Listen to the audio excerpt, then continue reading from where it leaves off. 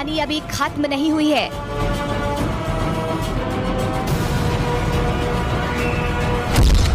NEET पर लड़ाई अभी खत्म नहीं हुई है।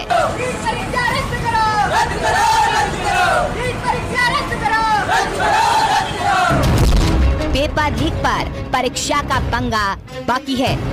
रद्द करने की मांग की गई है तो वहीं सीबीआई जांच की भी मांग की गई है। दूसरी याचिका में केस सुप्रीम कोर्ट में ट्रांसफर करने की मांग जो है वो की गई है।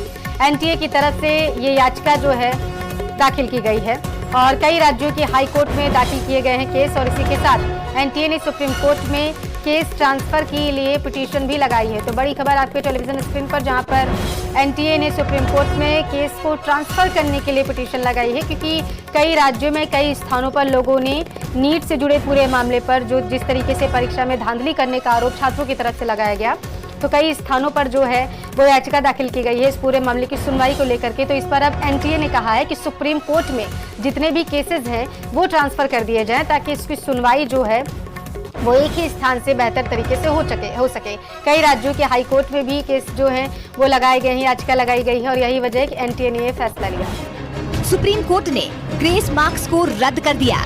नीट यूजी 2024 की परीक्षा में जिन 1563 छात्रों को कम समय के एवज में ग्रेस मार्क्स दिए गए थे, उनके लिए दोबारा एग्जाम देने का ऑप्शन दे दिया गया, और सुप्रीम कोर्ट के आदेश का पालन करते हुए एनटीए ने इस बाबत नोटिस भी जारी कर दिया है। नोटिस के मुताबिक 5 मई 2024 को जिन छात्रों को लेट से ओएमआर शीट मिली थी और जिसके एवज में उन्हें ग्रेस मार्क्स दिए गए, उन 1563 छात्रों को 23 जून 2024 को परीक्षा देने का मौका दिया गया है।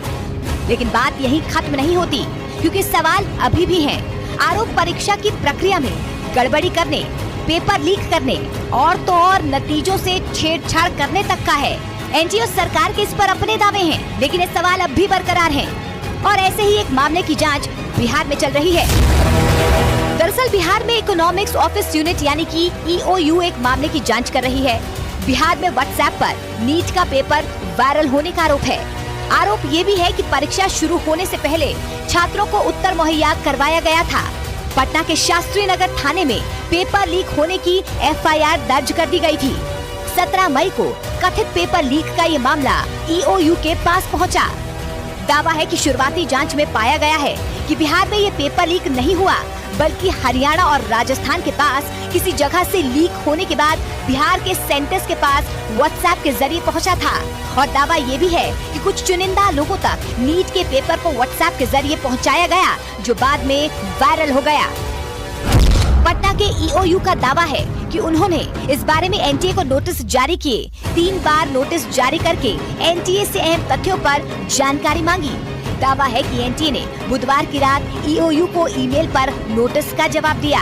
पटना ईओयू के मुताबिक एनटीए ने जो जानकारी भेजी है वो आधी अधूरी है। दावा किया गया है कि सिर्फ कुछ छात्रों की ही जानकारी एनटीए ने भेजी है। ईओयू के मुताबिक एनटीए ने कई मूलभूत सवालों के जवाब नहीं दिए हैं। दावा है कि एनटीए ने ऐसे सवालों को नजरअंदाज कर दिया जिससे जांच में मदद मिल सके। दावा है कि वो जवाब नहीं दिए गए जिससे पेपर लीक के मूल स्रोत तक पहुंचा जा सके। दरअसल ईओयू ने एनटीए से पूछा था कि प्रश्न पत्र किस प्रेस में छपे थे, एक प्रेस या ज्यादा प्रेस में छपे थे, किस कंपनी या एजेंसी को प्रेस से अलग अलग राज्यों में पहुँचाने की जिम्मेदारी थी, पूरी प्रक्रिया के बारे में एनटीए के किस स्तर के कितने पदाधिकारियों को जानकारी थी, विशेष रूप से बिहार में प्रश्न पत्र को लाने और इसके अलग अलग जगहों पर मौजूद परीक्षा केंद्रों तक पहुंचाने की जवाबदेही किसे सौंपी गई, ये सारे सवाल पूछे गए थे। हालांकि नीट मामले में सियासी किरदार भी कूद पड़े हैं। कांग्रेस जांच पर सवाल खड़े कर रही है और सरकार गड़बड़ी पाए जाने पर दोषियों के खिलाफ सख्त कार्रवाई की बात कर रही है। जिस एनटीए के नेतृत्व में ये पूरे का पूरा स्कैम हुआ, पेपर लीक हुआ, आप उसी को बोल रहे हो कि आप इंक्वायरी करें, तो ये किस प्रकार का ठोस कदम हुआ? सारे विषय पारदर्शिता, वो जिस तरीके का पारदर्शिता होनी चाहिए उस विषय को सामने लाएंगे। आप चिंता मत करिए, जैसे मैं पहले ही बता चुका हूँ, मैं बच्चों के गार्जियंस को यानी अभिभावकों को ये आश्वस्त करता हूँ कि नाइंसाफी किसी के साथ नहीं। वहीं गुरुवार को केंद्रीय शिक्षा मंत्री धर्मेंद्र प्रधान एनटीए के अधिकारियों से मिलने पहुंचे और उसके बाद उन्होंने साफ किया कि विपक्ष इस पर राजनीति कर रहा है और उन्होंने दावा किया कि पेपर लीक के कोई भी प्रमाण नहीं मिले हैं। पेपर लीक की हमारे पास कोई जानकारी नहीं है। मैंने उस रीट पिटीशन को अनुध्यान कराया, कोई भी एक भी जगह पे प्रमाण नहीं है। एक एलिगेशन है पेपर लीक हुआ है, कहाँ है प्रमाण हुआ है?